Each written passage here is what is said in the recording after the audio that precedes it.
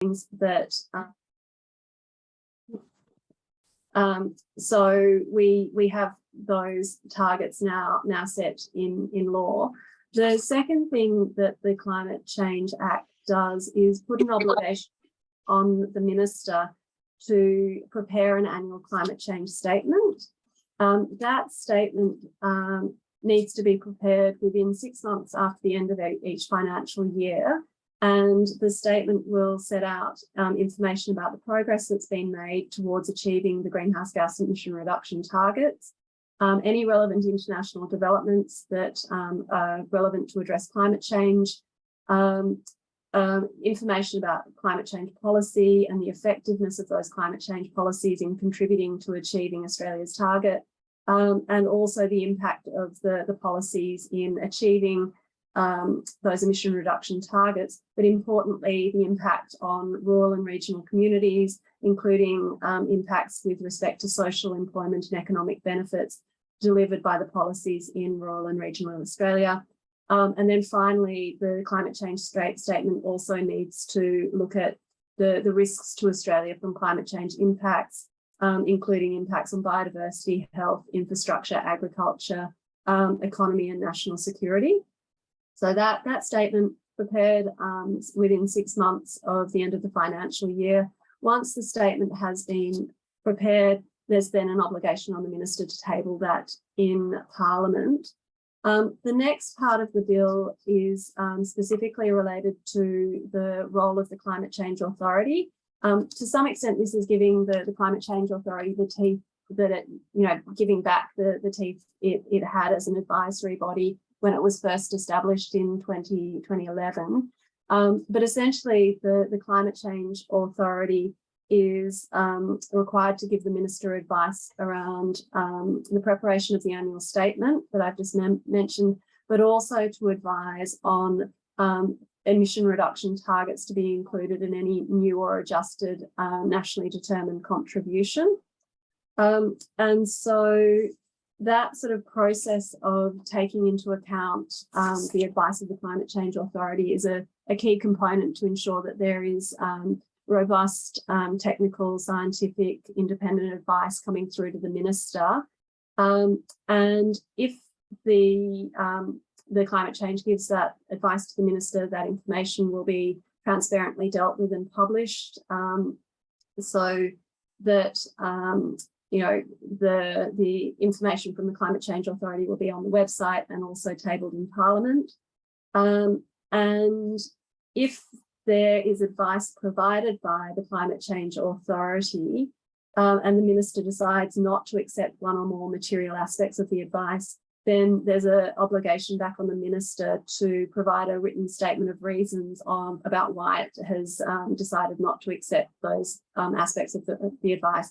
And again, that information will be made transparently available. And that applies in respect of both the annual climate change statements, but then also in respect of setting those new nationally determined contributions.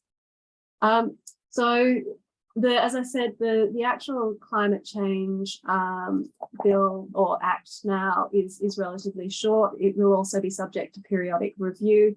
There were also a series of consequential amendments that were made to a number of pieces of legislation that primarily linked to some of the other sort of pieces of climate and energy legislation in Australia. So the ARENA Act, the Building Energy Efficiency Disclosure Act, the carbon farming legislation, clean energy finance legislation, greenhouse and energy reporting, the GEMS legislation about minimum standards for certain products, the renewable energy legislation and the offshore electricity infrastructure legislation, just to name a few. And effectively what those consequential amendments do is include in each of those pieces of legislation a definition and reference to Australia's greenhouse emission reduction targets, and then an expectation that in performing functions with respect to their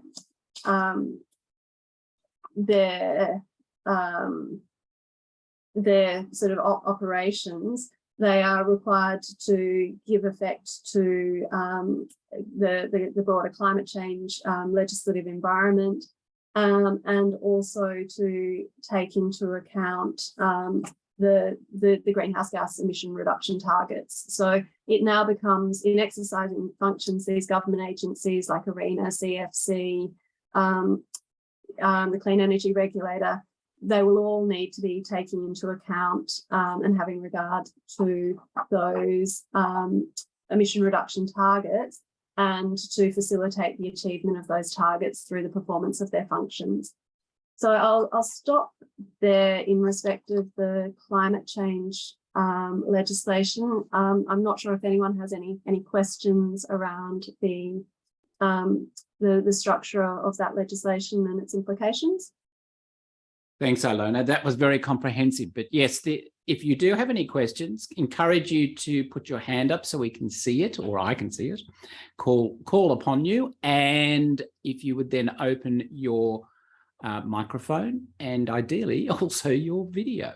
So does anybody have any follow-up questions of Ilona at this stage? Counting down from 5, 4, 3, 2, 1. No, that's fine. Ilona, could I encourage you to put your email address in the chat function so that if anybody does, on mature reflection, have a question, that they can follow through with you about their specific question? Absolutely. I will drop that in now. Thank you much. And timely that you bring that up, because then I want to bring in Mary Stewart and invite, I guess, the two of you to do a duo. I was going to say duel, but it's not a duel. It's a duo. Well, it's a relatively unpracticed duet, so we'll see where we get to. Yeah. But Ilona's going to start. Thank you. All right, back to Ilona then. Okay, so the safeguard mechanism reform process, which is a very key component of the Australian government's policy approach to deliver on that new interim or 2030 target of reducing emissions by 43% by 2030. The safeguard mechanism covers approximately 215 large emitting facilities in the Australian economy. This includes mines, aluminium smelters, the aviation sector, cement manufacturers, oil and gas companies. So basically a number of the largest emitters in the country who emit more than 100,000 tonnes of carbon dioxide in equivalent in Scope 1 emissions. These facilities have had a baseline since the commencement of the safeguard mechanism in 2014 after the repeal of the carbon pricing mechanism. And that baseline was initially set by reference to historical emissions during the period, I think it was 2009 to 2012. And so those historic reported baselines have meant that these facilities have in some cases had quite significant headroom in terms of where their baseline is set and the actual emissions that they have produced. There was a process a couple of years ago of transitioning those reported baselines to a concept called a production adjusted baseline. And as part of that, that process, we now have most companies or facilities on these production adjusted baselines that are then referable to the emissions intensity of particular production variables. But there's still considerable headroom in the baselines as they sit today. And in order to put some of these high emitting industries on a trajectory in line with our emission reduction targets, the government has proposed amending the rules that operate in respect of the safeguard mechanism to put these facilities on what's known as a declining baseline and effectively introduce a baseline credit scheme where if you are below your baseline, you will be able to potentially generate new carbon credits called safeguard mechanism credits. And if you're above your baseline, you would need to surrender either the safeguard mechanism credits or Australian carbon credit units, which is the current requirement if you exceed a safeguard mechanism baseline. So there's a number of features in the government's proposal. Some of the really critical ones relate to the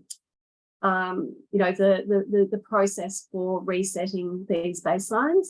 The discussion paper has indicated that at this stage, the government's not looking at changing the coverage threshold, although I expect there may be some people who would see bringing that threshold down as a means of covering a greater number of industries, and that's something that could potentially be on the table in future years. We'll get into some of the discussion, and I'll hand over to Mary to talk about the pros and cons of using different types of baselines, whether we should be looking at production adjusted baselines or absolute limits on emissions. The rate of decline will be important, how soon and how fast. So at the moment, the indicative decline rates are expected to be around 3.5% to 6% each year out to 2030. But again, that rate is something that needs to be teased out and may potentially be different for different sectors. I've already sort of briefly mentioned the concept of this new carbon credit called the safeguard mechanism credit. The framework around how those will be dealt with, whether they're fungible with ACCUs and other carbon credits, is a key sort of issue for discussion. And then this question of how do you manage the impact of these changes on those facilities that are emissions intensive and trade exposed. And there are some various options on the table which we can talk to around how they might be managed in terms of a different approach to their rate of decline, potentially the access to additional safeguard mechanism credits and things like that. The process around these reforms are relatively quick. The consultation process was released last month. Submissions are due by the 20th of September on that consultation process. It's expected that we'll have the detailed policy proposal and draft rules in December, and then the finalisation of the safeguard rule and any amendments that are required to other pieces of legislation, for example, the ACCUs Act and possibly the National Registry of Emissions Units Act as well, all sort of being done first quarter next year, with a view to having the new regime commence 1 July 2023. There is discussion about potentially 2 phases to the implementation of the safeguard mechanism rule changes, which might sort of have a bit of a soft start that then ramps up with more significant rates of decline after 2025, 2026. But these are all issues for discussion. So then, in terms of the key areas for feedback, Mary, do you want to sort of talk to some of these key issues? Yes, thanks, Ilona. That sounds good. So the first thing, just to explain to the audience, because not all of you are Australian, is that the reason that Labor or the incoming government chose to ratchet up the safeguard mechanism was because it's existing legislation. So you think that this is happening quite quickly, it's because the legislation is already in place. And what they're doing is they're increasing or they're reducing the baselines, and they're making it a better tool for managing emissions. So the first thing is that this isn't about getting a legislation passed. This is about refining a legislation that's already in place. When it comes to looking at what a BCSDA or a WBCSD response to this might be, there are 2 worrying aspects from my perspective. The first is where companies are starting to argue that they retain this production-based baseline, which is essentially an intensity-based approach, and it allows you to increase your emissions as well as decrease your emissions as your production changes. If we look at what we require to to get to net zero by 2050, we have to have absolute reductions. So one of the pieces one of the points of debate within the current consultation is, how do we set these baselines? Are they absolute? Are they intensity based?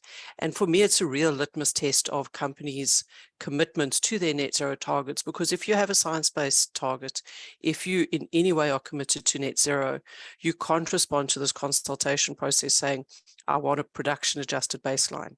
You also can't approach this consultation process saying, I want to back off on effort for the first 2 years and backload effort to 2030, because we know that this is not about emissions per year. This is about a finite carbon budget that we've got to manage industry to. So for me, looking at both those aspects, are companies going to argue for more headroom in the first 2 years? And are they going to look at not aligning what their commitments, what their requirements are under safeguard with their corporate positions around a science-based target? Yeah, that's where I really think we're going to see the rubber hit the road with respect to Australian industry really buying into focusing on net zero and putting real effort into getting us there. And you'll see those 2 points woven through a number of the aspects of what Ilona's got on the slide. As she indicates, there is going to be tailored treatment for emissions intensive trade exposed industries. But again, it's just kicking the can down the road. And what we're trying to explain, or what we're trying to really get companies to understand, is if they argue for a reduction in the effort that is required of them, they're just requiring other companies to deliver greater emissions reductions. And if this group of 250, it's sites, it's not companies, in total, from memory, it's around 85 companies. If these companies decide that they've got to not put the foot on the gas with respect to emissions reduction and leave the responsibility for the real cuts to emissions to smaller companies and potentially the SMEs, it's not a good look. So those are the arguments we're having with companies when they're trying to put in a statement to the consultation process. Alona, I don't know what you would add to that. Look, I think just to note a couple of other areas for feedback. There's been a lot of discussion around the process for crediting and trading of either safeguard mechanism credits and the impact of those units on the existing ACCU market. And we'll talk about the review of the Emission Reduction Fund shortly as well. At the moment, the proposed approach is that these new safeguard mechanism credits will be available for below baseline emissions reductions, and they will be able to be traded and used with other safeguard mechanism facilities, but they won't be fungible and tradable, for other purposes. For example, voluntary corporate commitments. Australian carbon credit units have always been available to surrender in the case of a baseline exceedance, and the proposal is for that to remain. So there's a real interesting question around, will there actually be a sort of material supply of safeguard mechanism credits? If there is, what does that mean in terms of the demand for ACCUs from this sort of, I guess, compliance market? There has been some discussion about the use of other types of international credits. That's basically been ruled out in the discussion paper, but I expect there will be some people making submissions suggesting that access to a high quality international offsets potentially linked to the emerging Paris Agreement markets might be something to consider down the line as well. So that's a very sort of interesting component of the design of this. The other one, which I sort of find quite interesting, is there's a sort of implicit recognition that these are often in facilities in hard to abate sectors, and the availability of technology to drive emissions abatement in the short term is in some cases not immediately available. And at the moment, the safeguard mechanism has a concept called a multi-year monitoring period, where you can effectively elect to average your compliance with your baseline over a 3-year period.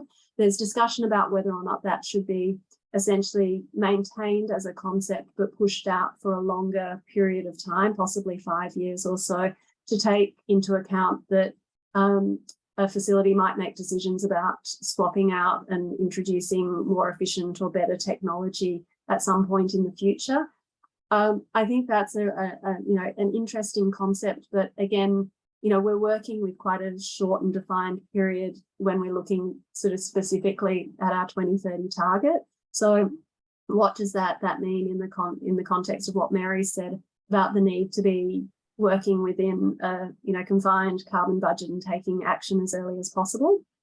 And then there are also some sort of specific questions that are unique to the oil refinery sort of production process and coal mining processes that the government is also seeking feedback on.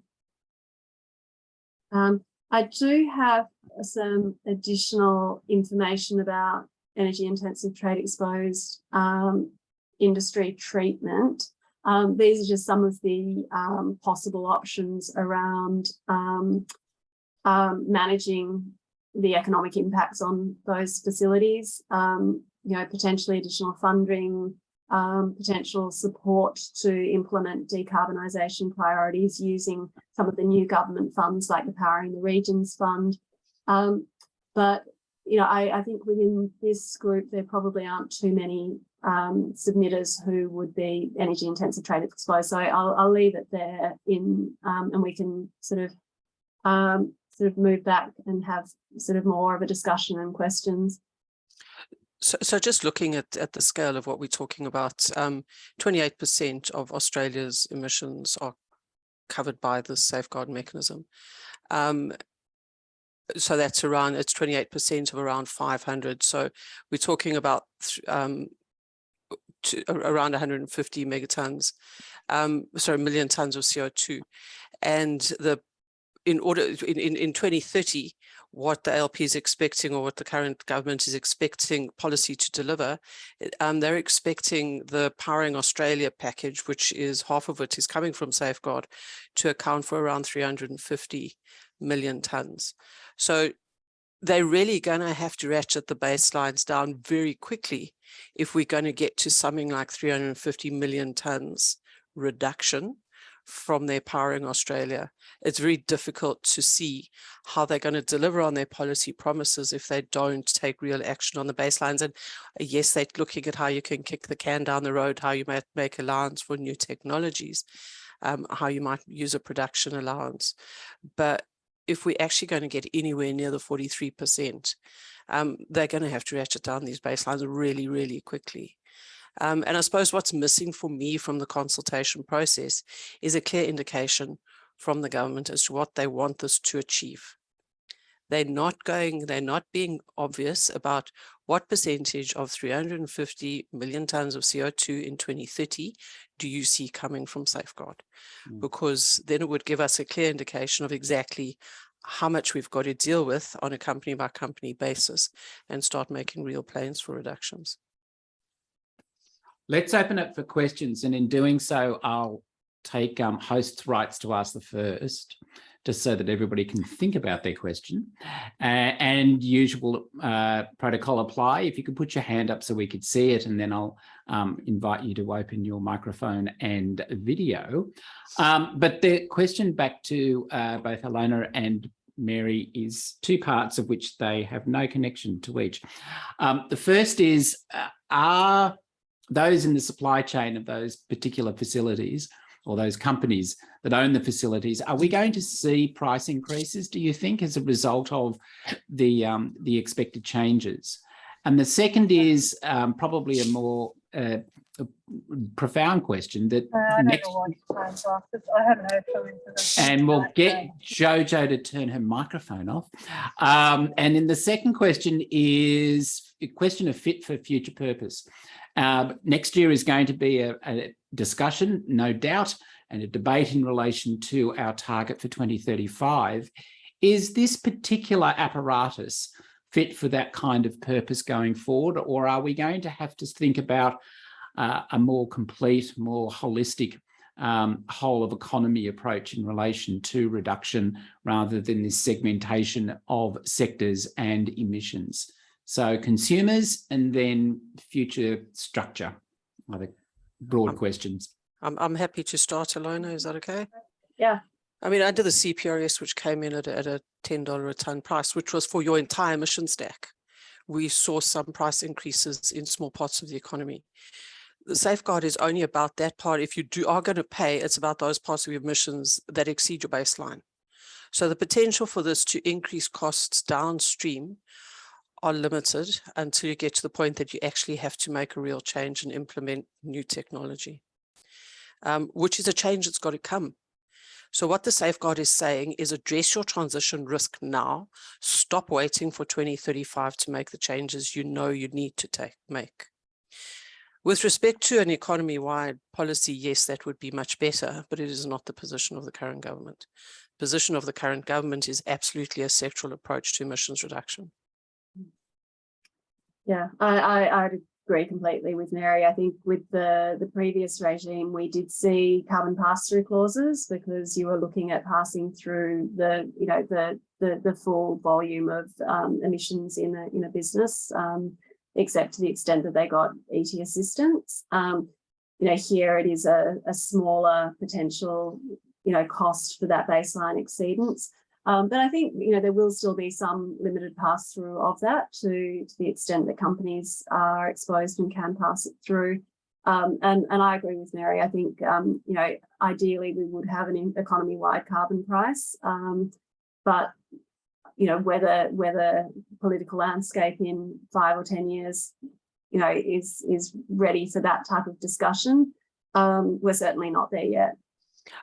I'm going to say I think economy-wide schemes work, but I don't know if we're not too late for an economy-wide carbon price because they are quite slow.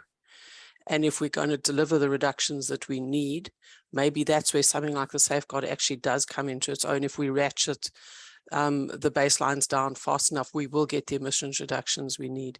If we wait for an economy-wide carbon price to work, we're going to wait a decade, which we don't have. But, sorry, not but, and correct me if I'm wrong, Alona, we will see that kind of thinking permeating back through the report that the Minister will need to make to Parliament in relation to the obligations under the Act, will we not? Well, the Minister's report has to say, are the policy mechanisms that are applied working? Yeah. Yeah. Interesting. I might bring Gary in if he has an observation and or just eager and interested to see if there's anybody that has a question. Otherwise, Gary, do you have a reflection at this point? Yeah, maybe just more question for Mary or Alona would be, like, obviously we spoke about, it's a sectoral policy, but in Australia, one of the biggest emitting sectors is electricity generation. So just your thoughts on how that sector would be impacted by the safeguard mechanism. Well, I think the starting point is that under the safeguard mechanism at the moment, the electricity sector has a sectoral baseline, which again was set by reference to reported emissions of all of the generators back when in 2014.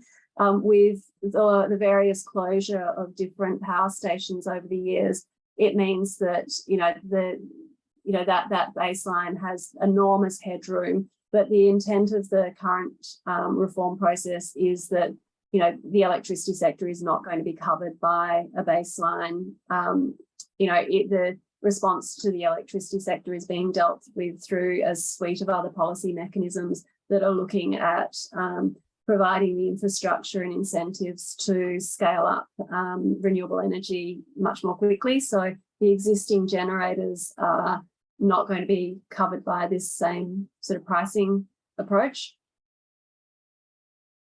Thank you for that. And welcoming in Steve Casey, who has a question. Over to you, Steve. Yeah, it's sort of related to that last response. I suppose this question's more to Mary, but to what degree is the government aligning its incentives around the growth of renewables to, to support an increase? There's a major avenue for emissions reduction for most manufacturers. I'm just wondering, is there sufficient support policies in place to grow the renewable sector to link up with, these types of these other policy mechanisms? The challenge of the energy sector is that the energy sector response, there will never be a good policy outcome. There will only ever be a good political outcome. And while, as Alona said, there are a different package of measures that they're looking at to manage the electricity problem, which is the trilemma of renewables, cost and reliability. And given the sector hasn't had the attention paid to it over the last 8 years that it required, there's quite a lot of ground to be made up. So at the moment, the package of policies is inadequate, but better than we had.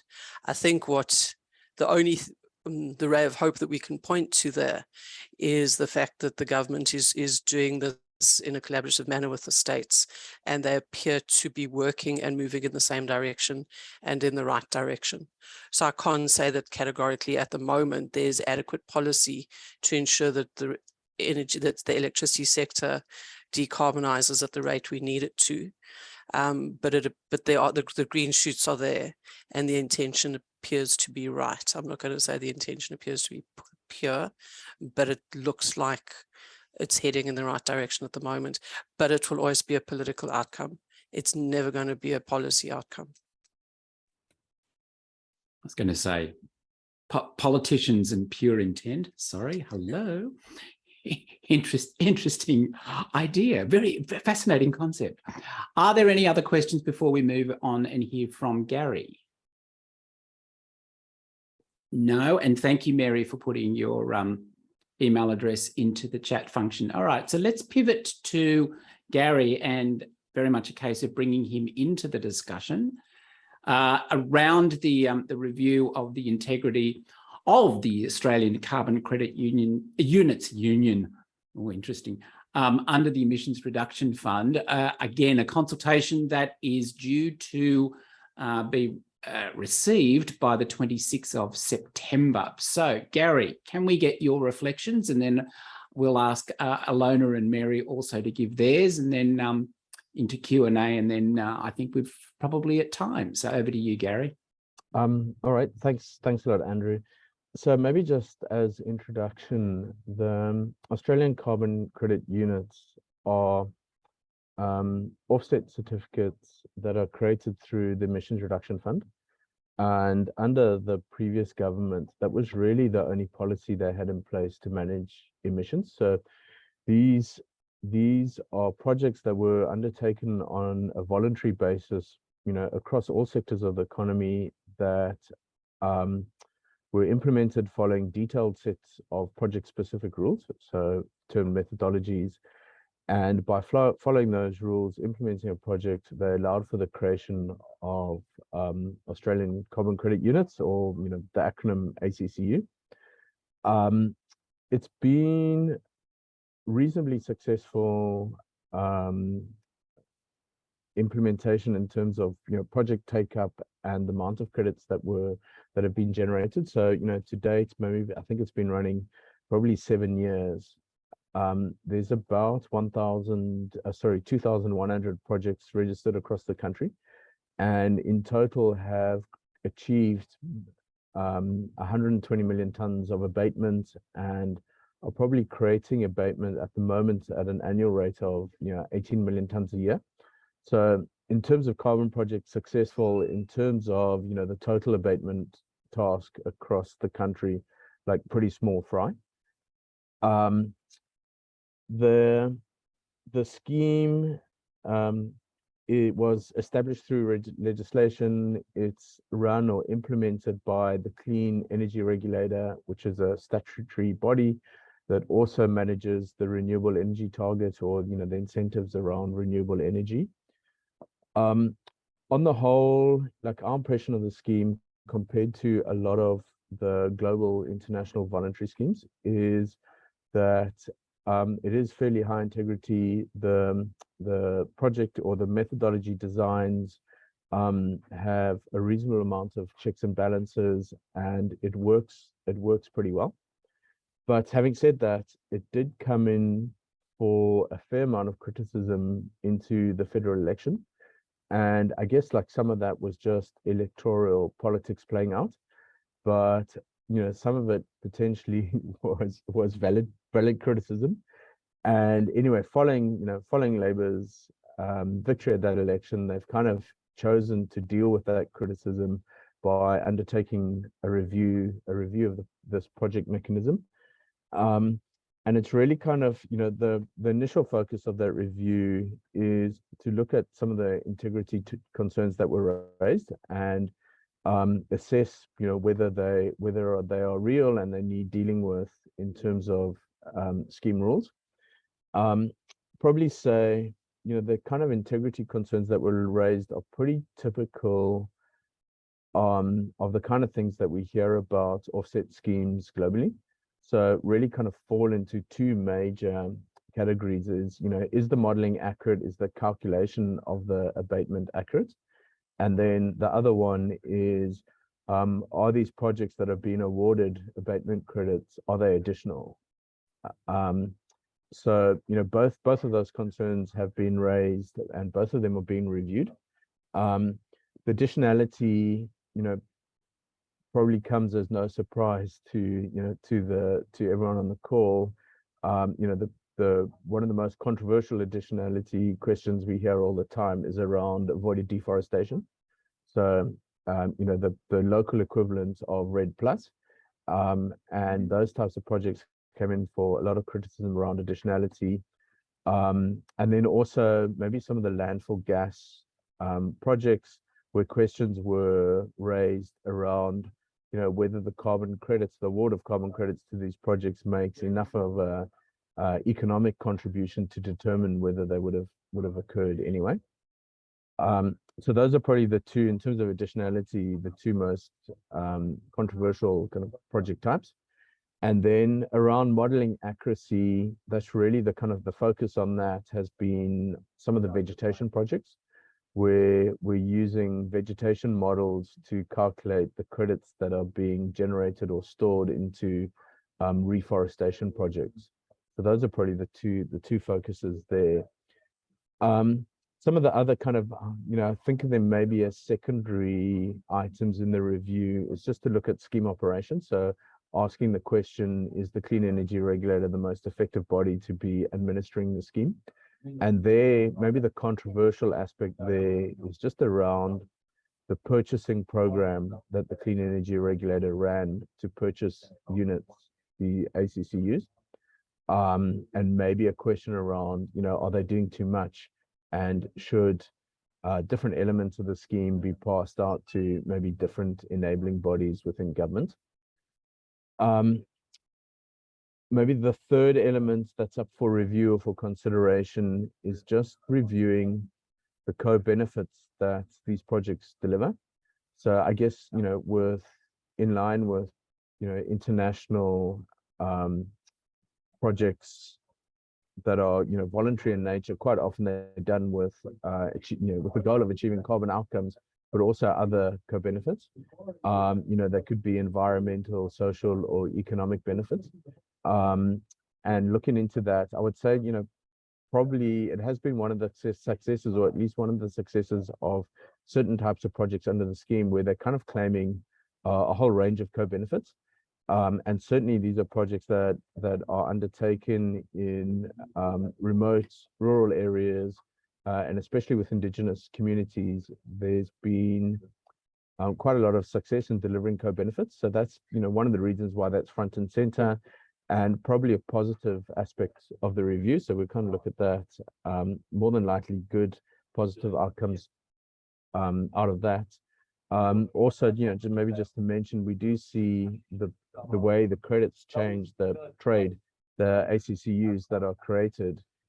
Quite often there is a price premium that's associated with the co-benefits. Finally, like the last item that's for review under the scheme is just how it interacts with voluntary markets. So ACCUs are quite unusual in that they're a hybrid compliance and voluntary unit. And at the moment, they are used within the kind of local Australian approach to climate neutral certification. So there's questions around that. I think that leads into other questions about, well, should these units be allowed to be exported for voluntary action? And then maybe that also overlaps into a question about, well, do we allow international voluntary units to be imported or continue to be imported into Australia? So maybe just to end off with, at the moment, the credits trade for about 30 Aussie dollars a ton, which translates to 20 US a ton. Market has been quite quiet over a number of years, but it's certainly becoming a lot more active. We are seeing a lot more voluntary action, so voluntary buying for the credits, and starting to emerge demand for these credits from the larger emitting companies that have taken a view they'll get caught up in a safeguard mechanism. Thanks, Gary. And while you're putting your email address into the chat function, bring Mary and Ilona back to give any comments or reflections to either get what Gary has said or anything that you think is relevant to the review that would be helpful to an audience to understand. I might jump in quickly just to flag 2 points which are probably worth noting in the context of the review. I mean, one of the questions that has been raised as part of the critique, as Gary mentioned in and around the election, was around the governance arrangements for the scheme, and the Clean Energy Regulator is the entity that is now developing methodologies, registering projects, signing off on offset reports and issuing ACCUs. It also administers the government procurement process for ACCUs as well. And so there is a question which I think will be looked at in the context of the review in terms of the role and responsibility of the regulator and how that interacts with the roles and responsibility of the department. Previously, the department had been leading on methodology development. It had been quite a slow process. By bringing it in-house into the regulator, I think we saw an expedited process around quite a few priority methods. But it does raise this question around, what is an appropriate governance regime for this scheme, particularly as we look to the scheme to potentially be scaling quite significantly with additional demand coming from the safeguard mechanism, but also from other voluntary arrangements. The other sort of point to note is on the broader integrity piece. I agree absolutely with what Gary has said. I think the Australian scheme has so many strong checks and balances in the way that it's been designed, and through the legislation, the regulations and the rules, the methodology determinations. It is a very robust scheme, I think, compared to international schemes for the development of offsets.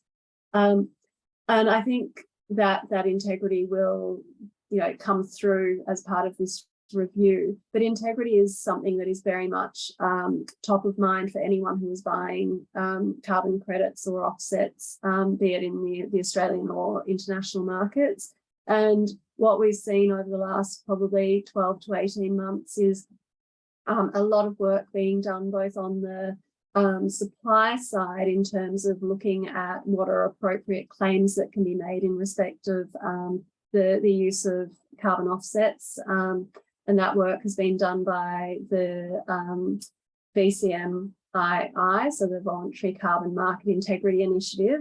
But then on the demand, on the supply side, so BCMI is looking at the claims around use of carbon credits in particular and putting up guidance to support that. On the development and supply side, we've had what was the Task Force for Scaling Voluntary Carbon Markets, and which is now the Integrity Council for Voluntary Carbon Markets, coming up with a whole bunch of core carbon sort of principles, which go to, essentially providing a more standardized approach that underpins the integrity of the voluntary market. And so I think there's an interesting interaction between how some of those international principles are being developed and they'll be finalised this year, how they might flow into setting broader integrity principles for use in the Australian market beyond what we already have in terms of the offset integrity principles in the legislation. Thank you. And Mary. Just very briefly, I agree with what's been said about the integrity of the scheme. As someone who helps companies buy offsets, you can be assured that you get what you buy in Australia. The other thing, as Gary indicated, is one of the few ways that First Nations people can monetize cultural practices, and the value of that should not be underestimated. The challenge we have with ACCUs is looking to what we require of offsets and carbon capture and removals going forward, and just how few of ACCUs at present are true removal ACCUs. Most of them are avoidance. Thank you. Can I go back to Gary, and conscious that we haven't seen any questions and we've only got 3 minutes to go. My question to Gary is one of, what's your hope for the review? Is it one of improving those elements that have been called into question that arguably do need some sort of tightening, if that is tightening necessary? The CER issue, I think, is an interesting one because you've got poacher and gamekeeper, at least from an external observation point of view, being very much at play here. So do you split and therefore ensure credibility in the system by having the two separated, which comes with consequence of perhaps, as Ilona pointed out, the delay that then happens in relation to the development of particular approaches. What is it that you would like to see this particular review achieve? Thanks, Henry. Look, yeah, maybe just first touch on the question around administration by the CER. Like, our impression is they are a very good regulator. On the whole, they've done a strong job. So it really comes down to, well, is there a little bit too much power concentrated within them? And the one obvious thing is there's no fundamental reason why the management of the purchasing of the credits is done within the CER. And that would be something that would be, quite easily moved into, other agencies within the government. The other thing in terms of method development that we've tried, I think as Ilona said, we've, tried a whole lot of iterations of that. Initially, they were done by the private sector. Then the Department of Environment wrote the methods, and now finally control of that rests with the CER. And I'll probably say of those 3 iterations, we've now found the one that works the best. So certainly one of the hopes would be they don't move that out of the CER. They really are effective in doing that. They've kind of published timelines and deadlines to get methodologies developed and are serious about sticking to them. And I guess anyone who's worked in methodology development, especially across global markets, realizes that sticking to those timelines can be pretty difficult. So, on the whole, think that they've done a great job. Then, maybe just more generally, the outcome of the review, we would kind of hope that it's not too disruptive for the scheme and kind of build on its successes. And we really think the scheme has had some amazing successes. Mary mentioned around the engagement with Aboriginal communities and some of the economic opportunities it's brought to kind of remote or marginalized communities, really been very strong. So probably the biggest risk here, and I suspect the government understands it, maybe the parties undertaking the review understand, is that if it becomes too disruptive, they try to be too ambitious in the changes, it could disrupt that project implementation mechanism, and then I think to the detriment of catalyzing action across all of Australia.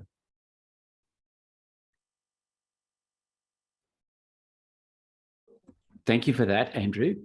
Microphone was off. Thank you so much for that insight. And in closing, let me remind those BCSD members that we will, as I said, providing a submission to both the Safeguard Mechanism Reform and also the ACCU review.